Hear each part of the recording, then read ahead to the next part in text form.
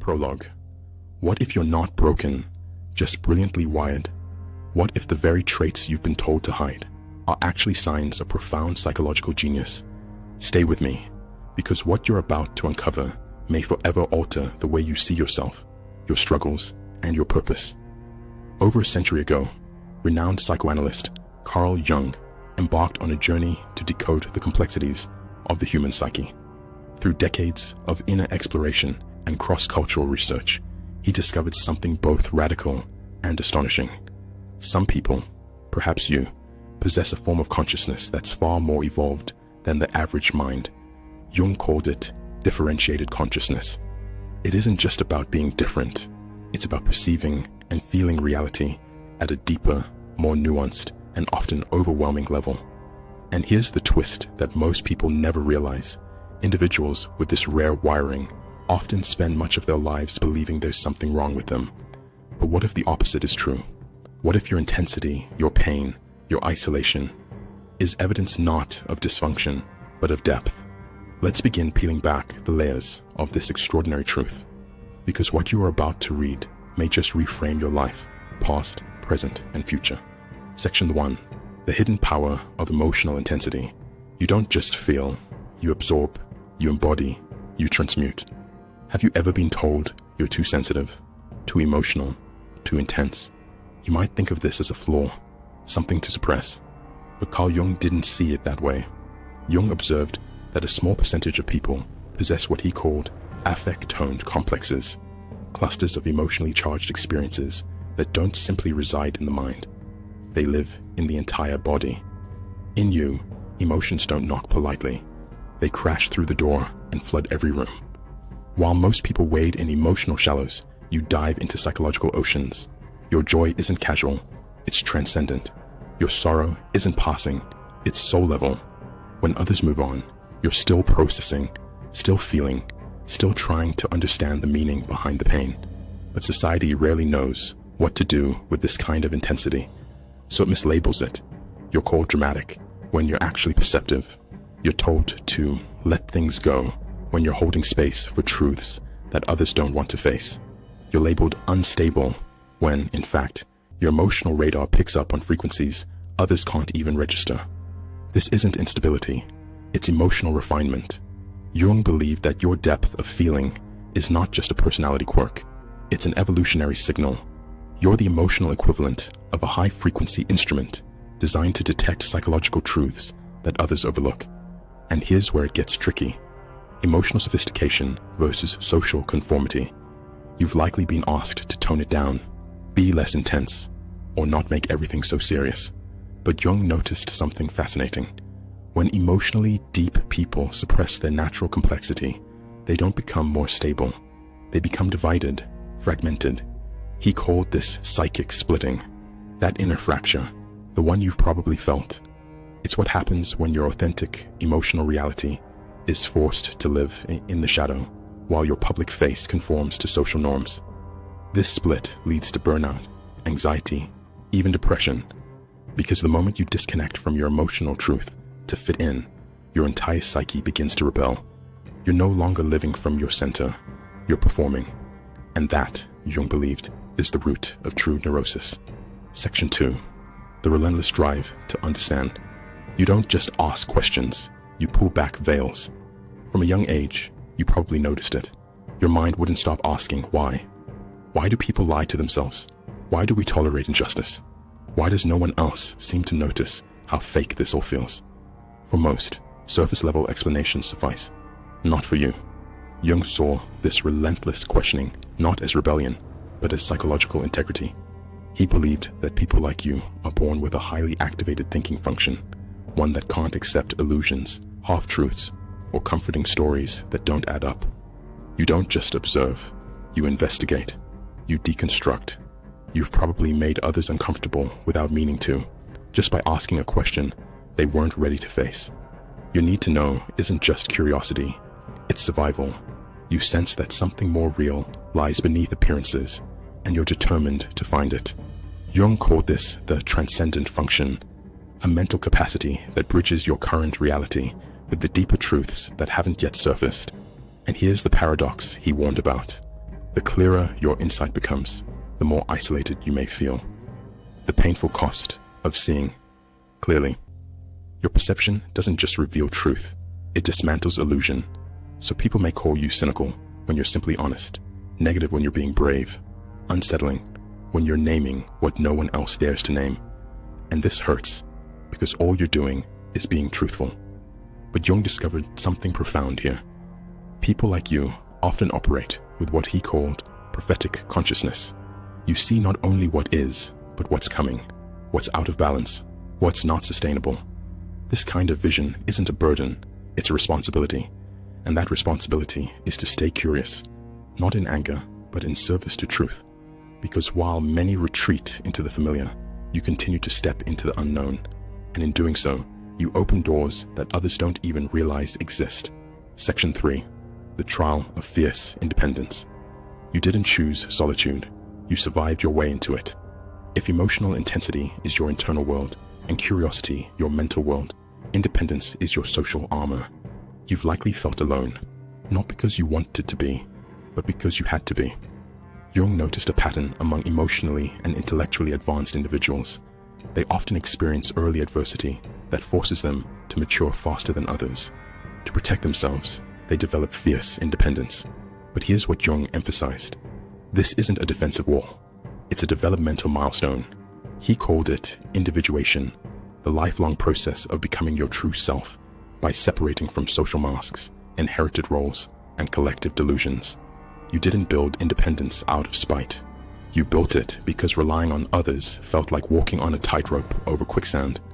You learned the hard way that your worth couldn't be outsourced, that validation was fleeting, that being needed is not the same as being valued.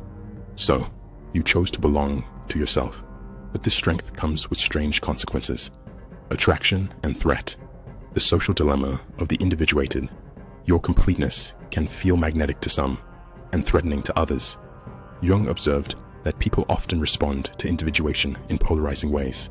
Some will want to control you, hoping to harness your clarity for their own ends. Others will distance themselves, feeling judged by your very presence, even if you've said nothing at all. Here's the turning point. You no longer seek connection from lack. You seek it from fullness. You don't want a savior. You want a partner, someone who's done their own inner work so they can meet you eye to eye, not from a pedestal or pit. But few know how to relate to wholeness.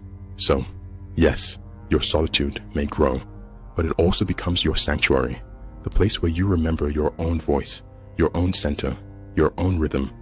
Jung believed that this kind of solitude wasn't loneliness, it was spiritual practice, and those who master it, they become the very foundation of deep, transformative love for themselves and, when the time is right, for someone worthy. Section 4. Intuition beyond logic. You don't guess, you know, before knowing makes sense. Here's where it gets mystical. You've likely had moments where you just knew something without knowing why. The tension in a room, the lie behind a smile, the sadness behind someone's eyes, the opportunity disguised as a coincidence.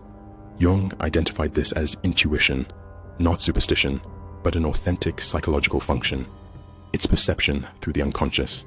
Intuition doesn't arrive through facts or linear reasoning. It emerges like a whisper beneath logic, a quiet bell that rings in your chest. This ability isn't strange, it's advanced. Some people analyze. You feel, you read between words, you pick up on the subtlest cues others miss entirely. But here's Jung's warning. Unguarded intuition becomes a trap. The empath's dilemma. Feeling without losing yourself. Your gift of insight makes you the unspoken therapist in every room. You hold space for others, sense their needs, soften their discomfort. But over time, you risk becoming a ghost in your own life. Why?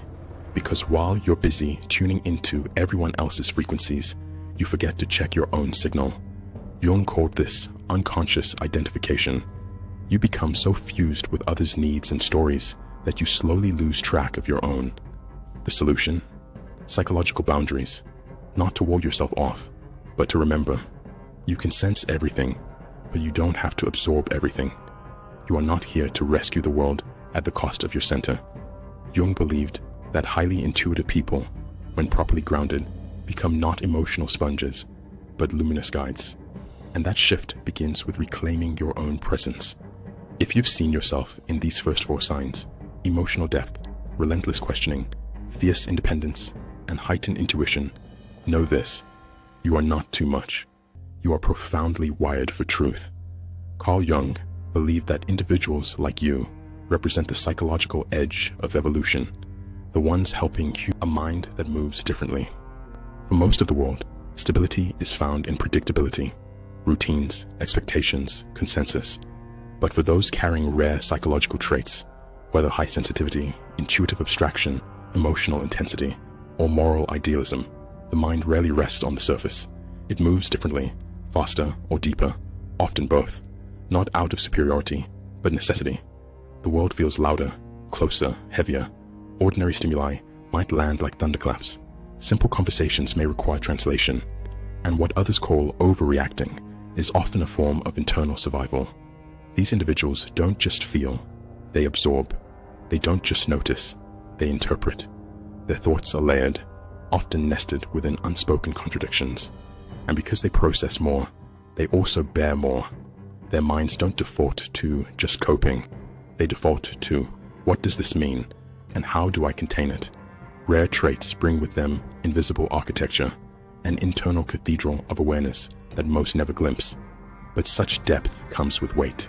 What appears as fragility from the outside is often a kind of finely calibrated radar system that the rest of the world is simply too coarse to understand.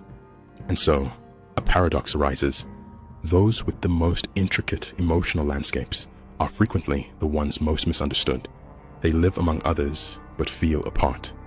Not because they want to be different, but because they are wired to witness what others block out. The curse of seeing. Too much to see is to suffer, the Greeks said. For rare personalities, perception itself can be an agony, not because the world is always cruel, but because so much of what is cruel goes unnoticed, unspoken, unchallenged. In everyday life, people carry silent traumas, perform socially acceptable deceptions, and smile through bitterness. Most accept it as part of the human game. But for the psychologically rare, this dissonance is not tolerable. They feel the fracture between appearance and truth. They detect the hollow in a handshake, the shadow behind a smile, the tremble in a voice that says, "I'm fine." This capacity to see through surfaces creates a private burden, because what can you do with so much truth when the world runs on denial? If you speak it, you're accused of drama. If you ignore it, your integrity erodes. Thus begins the central agony, seeing too much and being unable to unsee it. Inner worlds versus outer scripts. Society is designed around majority psychology. Education, work, religion, even romance, all revolve around general expectations. Be polite, don't question too much, stay within the lines. For someone whose mind stretches beyond those lines by default, fitting in becomes a form of self-abandonment. The rare individual may try, early in life, to emulate the scripts handed to them: small talk, career paths, emotional restraint. But something always cracks. They feel like actors in a play that was written for someone else. And after a while, pretending feels less like survival and more like betrayal. This friction between the inner world and outer expectations can lead to a deep sense of exile. You may have friends, jobs, even success, and still feel entirely out of sync. Because you weren't built for performance, you were built for depth. And the world rarely rewards depth. It rewards conformity, efficiency, and charm. This misfit state can be devastating or liberating. If you fight it, it eats you.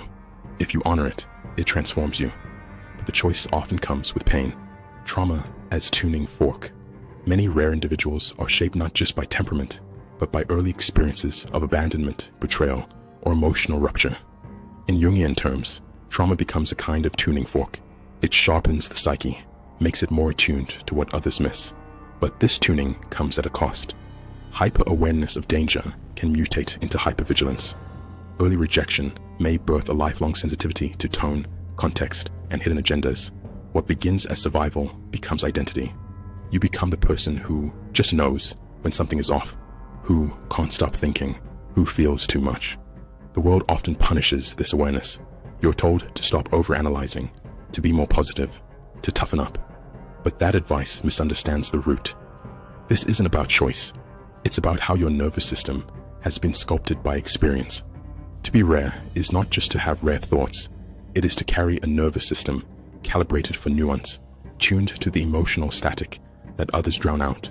You feel what's off long before it's spoken. You detect harm in places others call harmless, and you suffer not just for yourself, but for others.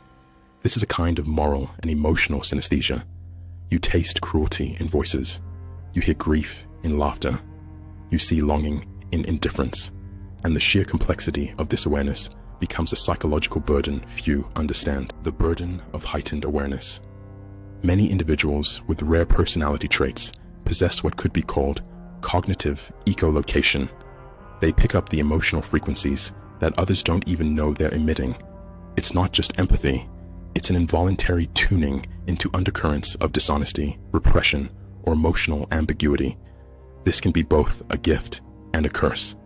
On one hand, it allows these individuals to make accurate predictions, detect manipulation, and provide emotional support others cannot. On the other, it's exhausting.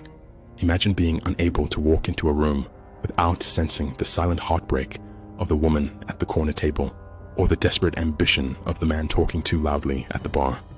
What society calls overthinking is often a defense mechanism for those with deep sensitivity. When you've been gaslit by environments that claim your observations are exaggerated or wrong, you begin to question your reality. Over time, you may construct complex cognitive architectures to double-check your perceptions. You build an internal jury, deliberating over every social cue, tone of voice, and emotional undercurrent. And ironically, in an effort to stay sane in an invalidating world, you begin to feel insane. The false pathologies of uncommon souls. Many rare personalities are misdiagnosed, not just clinically, but socially. Their introspection is labeled self-absorption, their solitude mistaken for arrogance, their caution seen as paranoia. The rare individual might exhibit traits that overlap with anxiety, depression, or even disorders like OCD or PTSD, not because they are inherently broken, but because they live in environments that don't align with their internal compass. Consider someone who has an extraordinary memory for emotional experiences. Every slight, betrayal, or moment of beauty is archived in high fidelity. This makes them more reflective, but it can also cause rumination. They are not holding grudges. They are psychologically holding textures. To them, forgetting feels like erasing evidence. In a society that values moving on quickly and numbing efficiently, this capacity is treated as dysfunction rather than nuance. Attachment and alienation in relationships. People with rare psychological structures often experience love and attachment differently. Because they perceive layers others don't, they yearn for relational depth that most people aren't trained to reciprocate. This can lead to chronic disappointment or feelings of alienation even when surrounded by others. Attachment for the rare soul is not just about safety, it's about sacred recognition. They seek partners who can hold their paradoxes without rushing to resolve them. They need friends who can sit with silence, lovers who can appreciate shadows, and communities that don't panic at the sight of tears or intensity. In essence, they require others to be emotionally bilingual, to speak both the language of surface and soul. But most of the world speaks only in surface-level small talk and binary expectations. Are you okay or not? Happy or sad? With us or against us? This creates relational claustrophobia for those who live in the emotional spectrum between extremes. They aren't just lonely, they are often displaced. The myth of the lone genius, a cautionary tale. Our culture romanticizes the rare and gifted individual. We build myths around tortured artists, visionary inventors, and isolated prophets. But this glorification is misleading and often cruel. It turns authentic struggle into aesthetic spectacle. It praises the final product of someone's suffering while ignoring the psychic toll it took to get there. The rare individual doesn't just want to be seen for their output. They need to be seen for their process. They don't want applause. They want understanding. They aren't trying to be special. They're trying to survive with integrity in a world that constantly asks them to dilute themselves. That's why it's dangerous to label giftedness or depth as superiority. It isn't. It's simply difference, often accompanied by disproportionate psychological weight. The world is heavy for these individuals. not because they are better, but because they feel the gravitational pull of everything between the world and the self. The greatest internal conflict for rare personalities is often this: how much of myself must I betray to belong? Or worse, is belonging even possible without betrayal? These are not theoretical questions. They are the daily backdrop to social interactions, career choices, and even casual conversations. One might choose silence to avoid being misunderstood, or they may learn to mimic normalcy to pass as digestible in public spaces. But every act of self-erasure leaves a bruise. Over time, these bruises form a scar, numbing the rare individual to the very traits that once made them unique. This isn't weakness, it's self-preservation. But eventually, the tension between the inner truth and outer adaptation becomes unbearable. And that's when the rare individual stands at a crossroads: continue the masquerade, or risk exile for authenticity. The exile as evolutionary function. Paradoxically, psychological exile can lead to evolution. The distance it creates forces the rare individual into deeper inner work. They stop trying to be like everyone else and begin understanding who they actually are. In this sacred solitude, they often develop the tools that later benefit the collective. Think of Jung in his confrontation with the unconscious, or Emily Dickinson's poems scrawled in solitude. Think of Nikola Tesla's inventions born not from applause, but obsession. Or consider the many nameless others who heal communities not through spectacle, but by showing up fully in their authenticity. Exile is not always tragic. Sometimes it's the chrysalis stage before transformation. Conclusion of Part 2. The high cost of depth. To live with rare psychological traits is to walk the edge of the world, not because one wants to, but because the middle ground has been scorched by misunderstanding. These individuals navigate life without a common map, listening instead to an inner compass no one else hears. They are not here to be pitied or praised, but to be recognized. Recognized for their invisible labor, their courage to feel fully, their refusal to simplify, their sacred resistance to becoming palatable, and perhaps most importantly, recognized not as anomalies, but as necessary parts of the human mosaic. Guardians of nuance in a world that prefers extreme, from alienation to inner alchemy. The rare personality does not begin as powerful. They begin as confused. They spend years asking the wrong questions. What's wrong with me? Why can't I just be normal? Why do people misunderstand me so easily? These questions aren't born from narcissism or self-pity. They're survival strategies in a world that seems allergic to their depth. Most of them try to change, to camouflage, to fit in, but eventually something snaps. The mask gets too heavy, the performance too hollow, the dissonance too loud, and this snapping, this collapse of imitation marks the beginning of their true evolution. The shift is not loud. It doesn't come with fireworks or applause. It begins in the quietest moment, often in solitude, often after a loss, often when there's nothing left to lose. The rare personality begins to turn inward, not out of self-obsession, but out of necessity. They begin to dig, not for approval, but for truth. What they discover is the seed of inner alchemy. Stage 1, the shattering of the false self. For many rare individuals, the initial strategy for surviving in a normative world is to build a false self, a mask that simulates normal. It mimics agreeable emotions, rehearsed optimism, polite small talk. It learns to silence its intensity, flatten its insights, dilute its truth. But over time, this mask becomes unbearable. Like wearing a size too small for too long, it starts to restrict breath. It manifests as anxiety, fatigue, unexplained sadness. The body begins to revolt, the soul begins to ache. And so, either by choice or by crisis, the false self begins to crack. This is terrifying, because the rare individual doesn't yet know who they are without the mask. They only know they were never quite accepted with it. So the in-between stage, this liminal space between suppression and authenticity, becomes the most vulnerable part of the transformation. This is where many give up. This is where society tells them they're lost, broken, unstable. But if they endure, if they allow the shattering to continue, something profound happens. Stage 2, shadow, integration. Carl Jung once said, "One does not become enlightened by imagining figures of light, but by making the darkness conscious." Rare personalities by nature of their depth, carry both the brilliance and the shadows of the human experience. Their exile often forces them into an unavoidable confrontation with the shadow self, the parts they were told to reject, fear, or suppress. At this stage, the rare soul meets their rage, once repressed to stay lovable, their grief, buried under forced positivity, their jealousy, denied to maintain humility, their desire, sanitized to avoid rejection.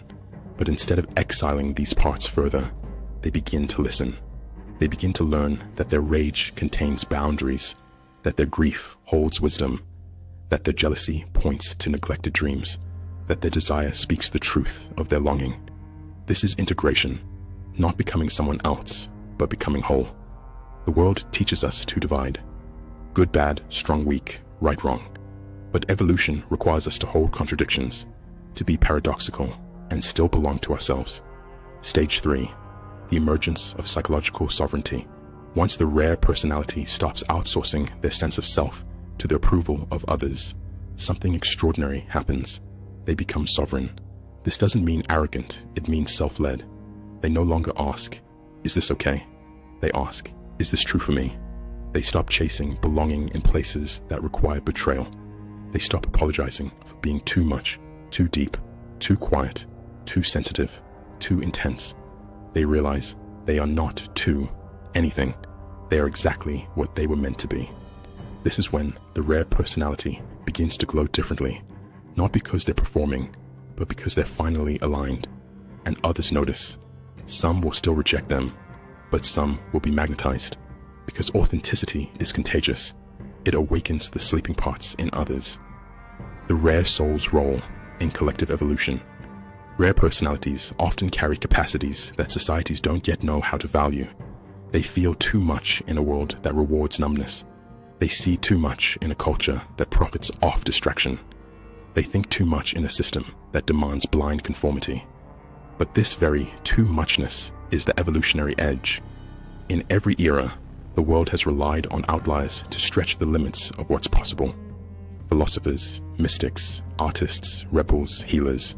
Their presence makes others uncomfortable, not because they are dangerous, but because they reveal what others have denied. Rare souls are mirrors. They show others the buried longings, the forgotten truths, the inconvenient emotions, and that can be terrifying. But it's also sacred. They don't fit in because they were never meant to replicate the status quo. They were born to reshape it. From isolation to impact, the shift from internal exile to external influence is not linear. It often requires years of solitude, cycles of unlearning, and profound grief. But once the rare personality accepts that they don't need to fit in to have value, they begin to contribute, not by screaming for attention, but by offering truth, not by chasing fame, but by embodying integrity. They may become creators, therapists, innovators, teachers, or quiet revolutionaries in their communities. Their impact is not always loud, but it is lasting. Because once you've encountered someone who is fully themselves, it becomes harder to settle for artificiality, in yourself or in others. Redefining strength, success, and sanity. One of the most revolutionary acts a rare individual can commit is to redefine what strength looks like. Not dominance, but vulnerability. Not control, but presence. Not perfection, but wholeness. In doing so, they offer others permission to rest instead of hustle, to feel instead of suppress, to question instead of conform, to express instead of perform. They become the walking permission slip that says, you don't have to abandon yourself to be accepted. This is power. Not power over others, but power with the truth. By this stage in their evolution, the rare personality no longer seeks validation. They become the source of it. They understand that the world may never fully understand them, but they don't need it to. They belong to themselves. And ironically, in claiming this radical self-ownership, they become magnetic. Not because they tried to be, but because nothing is more irresistible than someone who has made peace with their paradoxes. They have walked through exile and emerged as architects of inner freedom, not saviors, not martyrs, just sovereign beings. And that, in a world starving for authenticity, is nothing short of revolutionary. The final threshold, from wholeness to contribution. What happens when a rare individual finally stops shrinking, What happens when the one who was once silenced begins to speak? Not to persuade, not to prove, but to simply stand in truth. The final stage of psychological evolution is not self-obsession, it is contribution. True power, the kind born from integration and shadow work, does not hoard or dominate. It overflows. When rare individuals reach the point where they no longer seek external validation or safety, they unlock the capacity to give from a radically different place, a place not of sacrifice, but of abundance. Not, I must help others to be worthy, but I am whole, therefore I share. This is the turning point. This is when the rare being becomes more than a survivor. They become a source. Rewriting the role of the rare. In modern society, we often misunderstand the purpose of the outlier. We either romanticize them as tortured geniuses or ostracize them as unstable threats to harmony. But the truth is much more powerful and far less dramatic. Rare people are not anomalies. They are necessary mutations. They represent evolutionary experiments.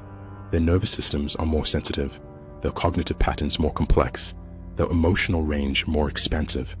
These are not defects. These are trial expansions of the human potential. Some may stumble under the weight of it, but those who learn to navigate it, to harness it, become way showers. They don't just survive their uniqueness. They use it to build new ways of thinking, feeling, and connecting. They create language where none existed. They pioneer roles that society never imagined. They embody values that will one day be mainstream, even if today they're dismissed. The Quiet Revolution, how rare souls change the collective. The influence of rare individuals is often invisible at first, but its impact is seismic.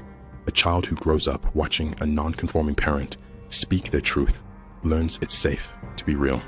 A community exposed to someone living in radical self-acceptance feels permission to stop hiding. An organization shaped by a leader who values intuition, empathy, and creativity begins to innovate, not exploit. It's not loud, it's not fast, but it's real. Rare people don't force the world to change. They invite it. By becoming themselves unapologetically, they shift the energetic blueprint of what is possible. They don't preach revolution, they embody it. Legacy over fame. One of the most mature traits of an evolved rare personality is the rejection of superficial recognition in favor of meaningful legacy. They are not obsessed with being seen by the masses. They are obsessed with being real in their small circles, their relationships, their work, their presence. And yet, paradoxically, this authenticity is what grants them far greater influence than those who chase the spotlight. Legacy is not how many people know your name. It's how many lives become more alive because you dared to live yours fully. And this is where rare beings become legends. Not the kind sculpted in bronze or measured in metrics, but the kind that lives on in gestures, words, and quiet awakenings sparked in others. The seed and the garden. A final metaphor to end this journey. The rare personality is like a seed of an unrecognized tree species. Planted in a field of familiar crops, it will feel wrong. Its growth, its needs, its rhythm, all foreign to the soil. It may be called broken, difficult, or too much, but if it survives, if it holds true to its inner blueprint, it will one day grow into something that reshapes the entire ecosystem. Its shade will nourish, its fruit will inspire, its presence will shelter others who once felt alone. Rare people are not here to conform to the field. They are here to diversify the garden. And with every rare soul who chooses to root deeply in their truth, the world becomes more fertile for the next generation of difference, depth, and evolution. A final word. If you are rare, if you've made it to this point, perhaps something in you recognizes itself here. Perhaps you've carried the ache of invisibility, the weight of contradiction, the burden of being different without a name for it. Let this be your reminder. You are not wrong. You are not alone. You are not too much. You are an early bloom in a forest that is not yet awakened to your kind. Your sensitivity is not weakness. It is radar. Your complexity is not confusion. It is intelligence. Your discomfort is not failure. It is feedback that the world is not yet designed for the fullness of who you are. But that doesn't mean you shrink. It means you build a life, a relationship, a space, a truth, not to prove anything, but to finally breathe in your own ecosystem. You are not behind. You are ahead of your time. So walk carefully, breathe deeply, and keep going. The world needs what only you can bring.